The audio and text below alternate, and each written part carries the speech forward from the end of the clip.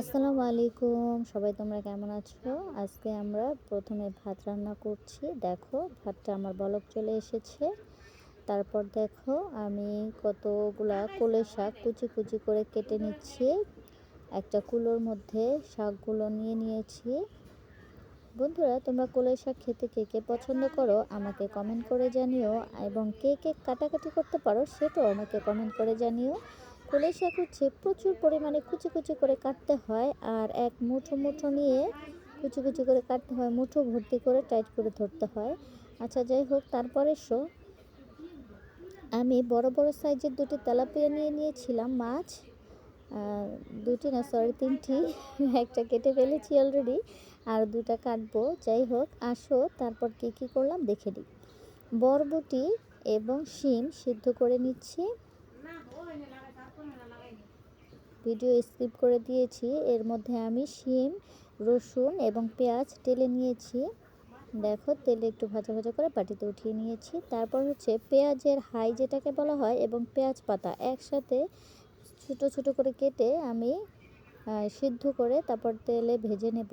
এদিকে দেখো কতগুলো ধনিয়া পাতা কেটে নিয়েছি, এটাও আমি এই হাইর পাতার মধ্যে দিয়ে দিব। এটা একটু সিদ্ধ হয়ে আসলে দেখো আমি দিয়ে দিলাম। এখন আমি একসাথে এটার মধ্যে আমি কাঁচামরিচও দিয়ে দিয়েছি, একসাথে ভেজে নেব।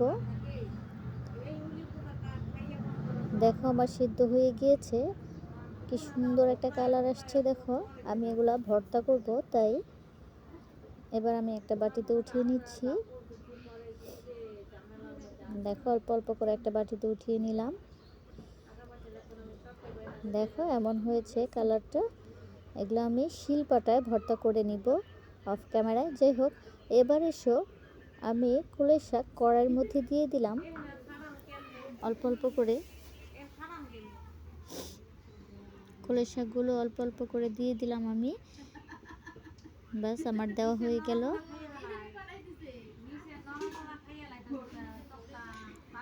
এবার আমি স্বাদ মতো লবণ দিয়ে দিলাম। তারপর হচ্ছে একটু নাড়াচাড়া দিয়ে দিব, উলট পালট করে সবগুলো শাকের সাথে মিশিয়ে দিব। সবগুলো শাক একসাথে নেড়ে চেড়ে আমি মিশিয়ে দিয়েছি। দেখো আমি অনেকটা সেদ্ধ হয়ে গিয়েছে, মাশাআল্লাহ মজে গিয়েছে, দারুণ একটা স্মেল আসছে। দেখো এবার আমি নামিয়ে নিব। আমার শাকটা সেদ্ধ হয়ে গিয়েছে। শাকটা বাটিতে আমি নামাই নিতেছি, নামিয়ে নিচ্ছি। দেখো এরকম মাশাআল্লাহ কি সুন্দর একটা কালার আসছে। তারপর আমি রসুন, পেঁয়াজ এবং শুকনা মরিচ কুচি করে কেটে রেখে দিয়েছি, গরম তেলের মধ্যে দিয়ে দিলাম। পরিমাণ মতো তেলটা দিয়েছি। বন্ধুরা, তোমরা পরিমাণ মতো তেল দিয়ে দিও। তারপর নেড়ে চেড়ে দিই। একটু বাদামি রঙের হয়ে আসলে তারপর আমি শাকটা দিয়ে দিব। আমার শাক, হ্যাঁ, তারপর হচ্ছে দেখো আমার পেঁয়াজ, রসুন এবং শুকনা মরিচ বাদামি রঙের হয়ে আসছে। দেখো এবার আমি শাকটা দিয়ে দিলাম।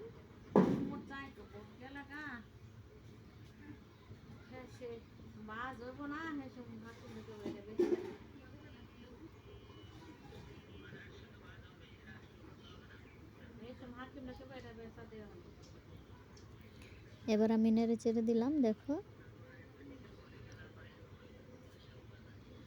মাশাআল্লাহ শাকটা আমার ভাজা ভাজা হয়ে যাচ্ছে, দারুণ একটা স্মেল আসছে। বন্ধুরা, তোমরা কলই শাক খেতে কে কে পছন্দ করো আমাকে কমেন্ট করে জানিও। দেখো আমার শাকটা হয়ে গিয়েছে, এবার আমি নামিয়ে নিচ্ছি, একটা বাটিতে তুলে নিচ্ছি। দেখো অনেক সুন্দর লাগছে বন্ধুরা। দেখো এবার একটু আমি খুরচুন দিয়ে ছড়িয়ে দিচ্ছি যাতে গরম ভাগটা চলে যায়।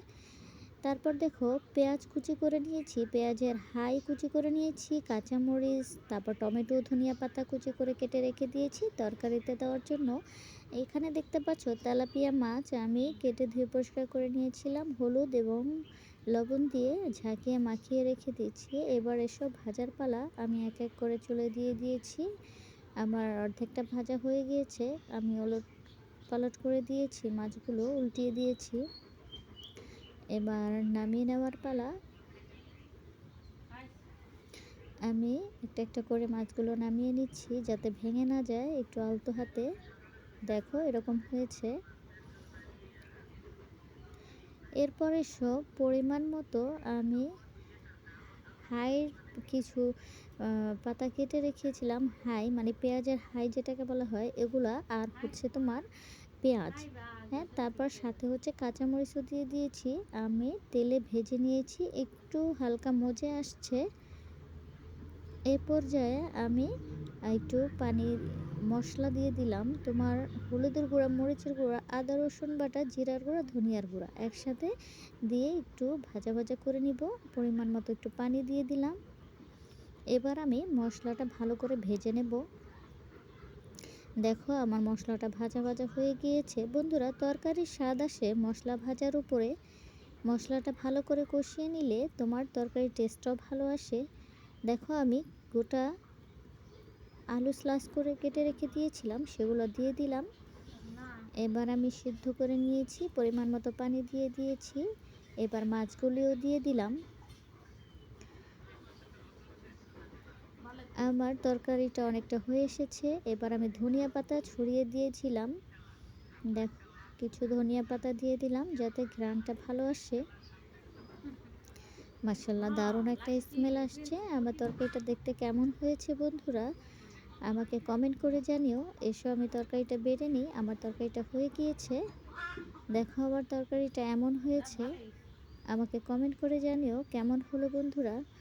তোমরা তেলাপিয়া মাছ এইভাবে আলু দিয়ে ঝোল খেতে কে কে পছন্দ করো কমেন্ট করে জানিও।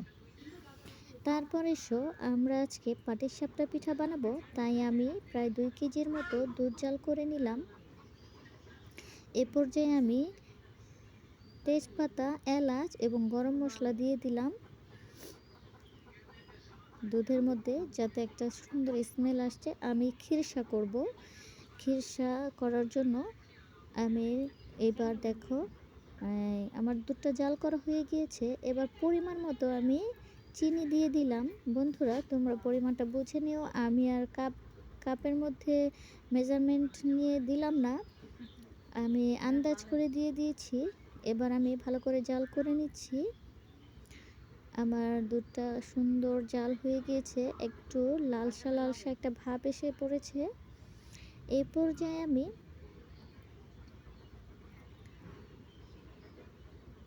দেখো আমি যে গুঁড়ি দিয়ে গোলা করে রেখেছিলাম সেগুলো দিয়ে দিলাম।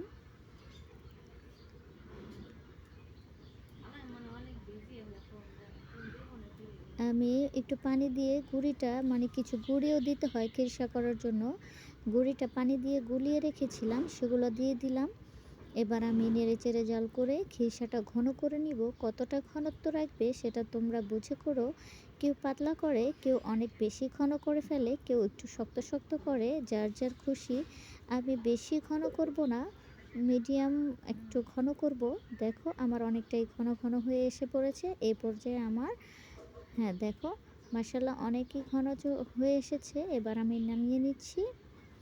আমার ঘনত্বটা দেখো, আমি তোমাদের আবারও দেখাচ্ছি, এরকম হয়েছে। আমি বেশি ঘন করব না, একেবারে শুকিয়েও মানে একটু শুকিয়ে একটু শক্ত শক্তও করব না। যাই হোক, এবার এসো আমি খেজুরের গুড় বটি দিয়ে কুচি কুচি করে কেটে নিয়েছিলাম, আমি গুলিয়ে রেখেছিলাম আগে থেকে। এবার পরিমাণ মতো আমি 2 কাপ পরিমাণে গুঁড়ি অ্যাড করে দিব। গুঁড়িটা হচ্ছে চালের গুঁড়া বন্ধুরা, আলো চালের গুঁড়া। এখানে আমি শুকনা তোমার হচ্ছে চালটা ভাঙিয়ে এনেছিলাম। এটা এটা এই গুঁড়িটার মধ্যে আমি সেদ্ধ চাল অ্যাড করি নাই, শুধু আলো চালের গুঁড়া। আমি 2 কাপ দিয়েছি, তাতে হয় নাই, আমি আরও 2 কাপ দিয়ে দিব, যাতে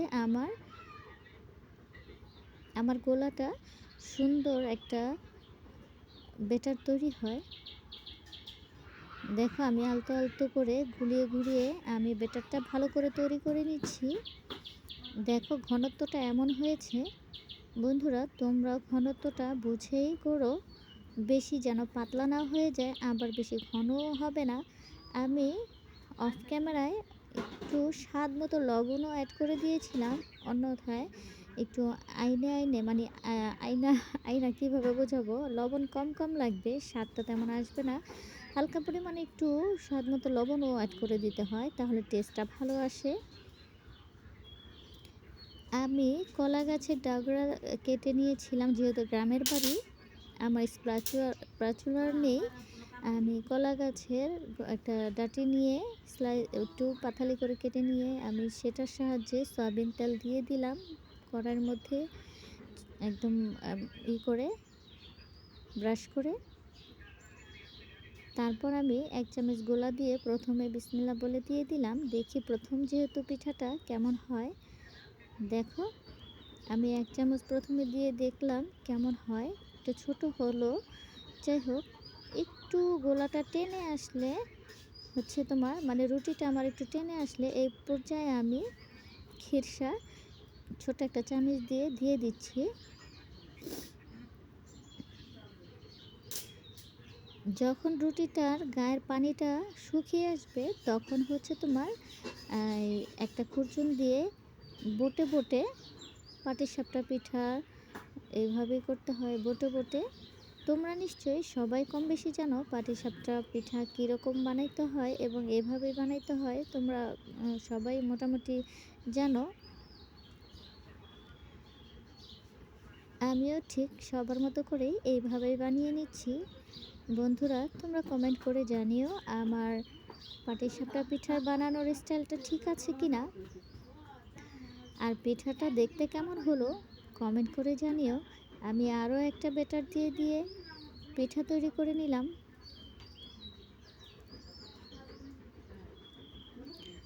এবারের পিঠাটা একটু বড় করে দিয়েছি, মানে গোলাটা একটু বেশি দিয়েছি, 2 চামচ পরিমাণের। তারপর ব্যাটারটাও পরিমাণে একটু বেশি দিয়েছি। আমি আবারও সুন্দর করে বল্টিয়ে পিঠাটা উঠিয়ে নিচ্ছি।